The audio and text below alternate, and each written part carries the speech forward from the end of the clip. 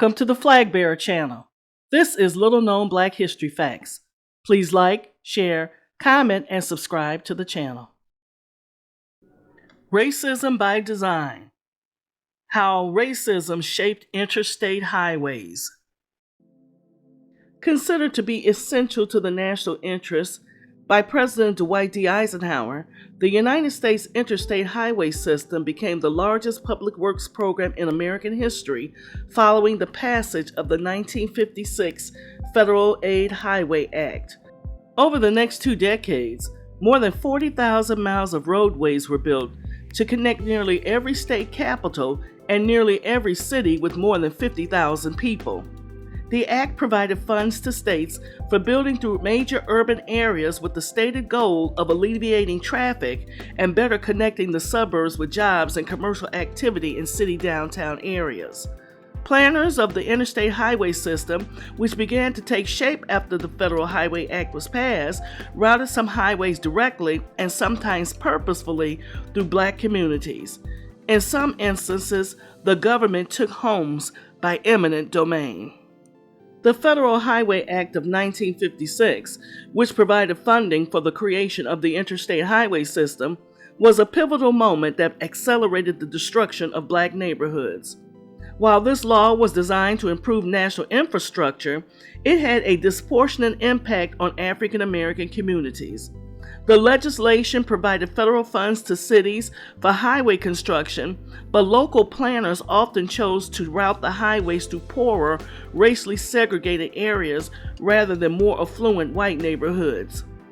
The construction of intercity expressways in the mid-20th century often deliberately targeted black neighborhoods as part of the broader urban renewal policies that prioritized the needs of white communities and businesses over those of African Americans.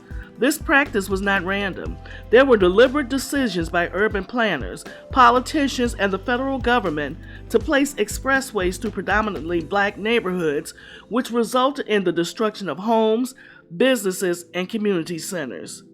The construction of expressways, particularly in the mid-20th century, had a devastating impact on many black communities in the United States.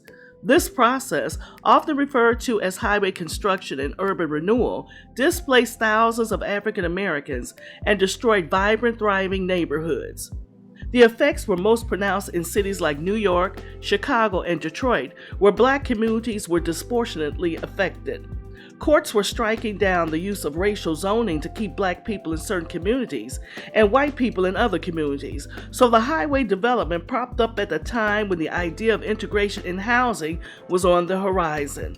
And so very intentionally, highways were sometimes built right on the formal boundary lines that were used during racial zoning. Sometimes community members asked the highway builders to create a barrier between their white community and the encroaching black communities. To make way for highways, entire neighborhoods were demolished. Many of these neighborhoods were home to African Americans who had settled in central urban areas due to discriminatory housing policies like redlining. Families were forced to relocate, often without adequate compensation or opportunities to find new homes. The 1950s and the 1960s saw a rise in urban renewal programs, which were often euphemisms for removing black residents from urban centers in favor of new development. These programs were framed as efforts to revitalize cities, but in reality, they often meant the displacement of black communities to make room for highways, commercial districts, and housing for wealthier, often white residents. Highways were seen as a quick fix for the expansion of the city, and black neighborhoods were seen as expendable.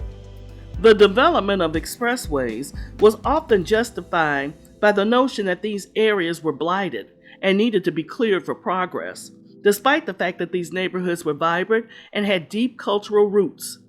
With the building of these routes, people who couldn't leave the area entirely had to find housing and work and rebuild their lives in whatever remained of their neighborhoods.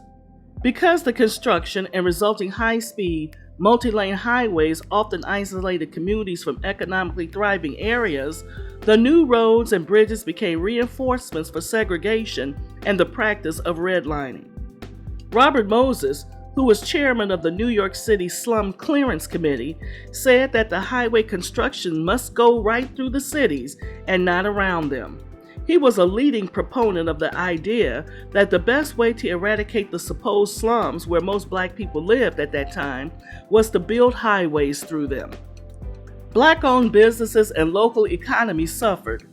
The construction of expressways disrupted local businesses, many of which were cornerstones of these communities. The displacement of people also led to the loss of employment opportunities for those who relied on those businesses. Black neighborhoods were often home to small businesses, churches, and other institutions that served the local community. The expressways not only disrupted families, but also wiped out these important community assets. Many African American businesses that had survived the challenges of segregation were destroyed, and the displaced business owners had limited resources or opportunities to rebuild elsewhere.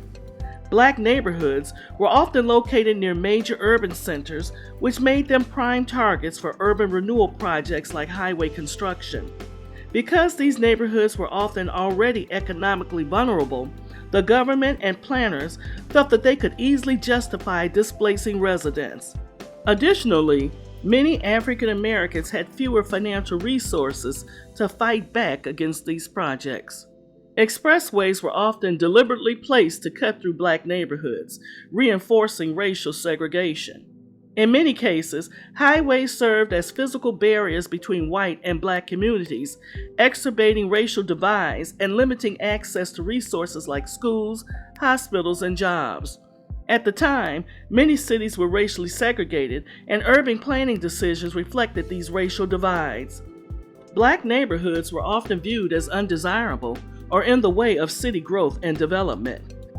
City planners and government officials made the conscious decision to build expressways through these neighborhoods, believing that these areas had lower property values and were less likely to protest or have the political influence to prevent development.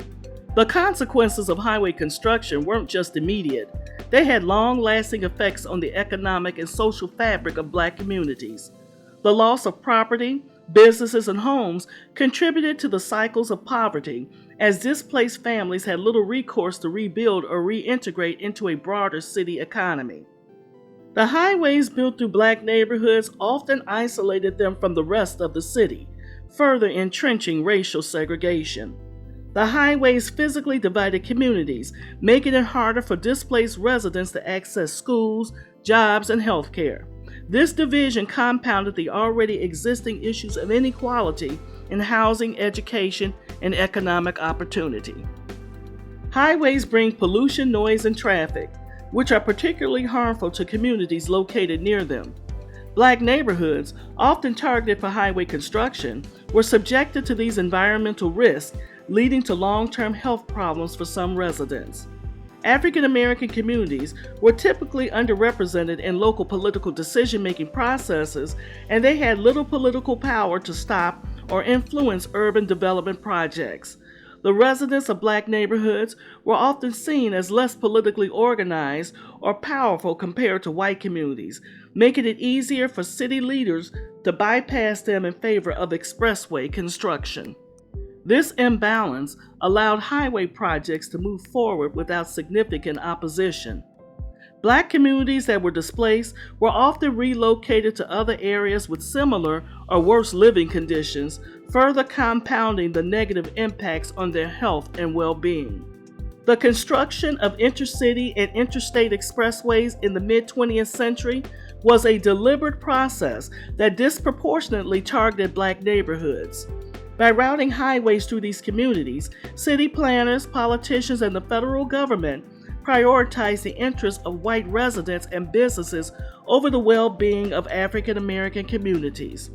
The result was the destruction of homes, businesses, and social institutions, long-term economic hardship, and the physical and social isolation of Black communities.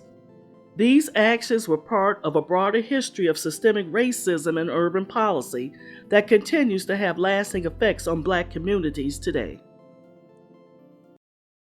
Until next time, if you like little-known history facts as I do, please like, share, comment, and subscribe to the channel. Press the bell to be notified of future uploads. Thank you for watching.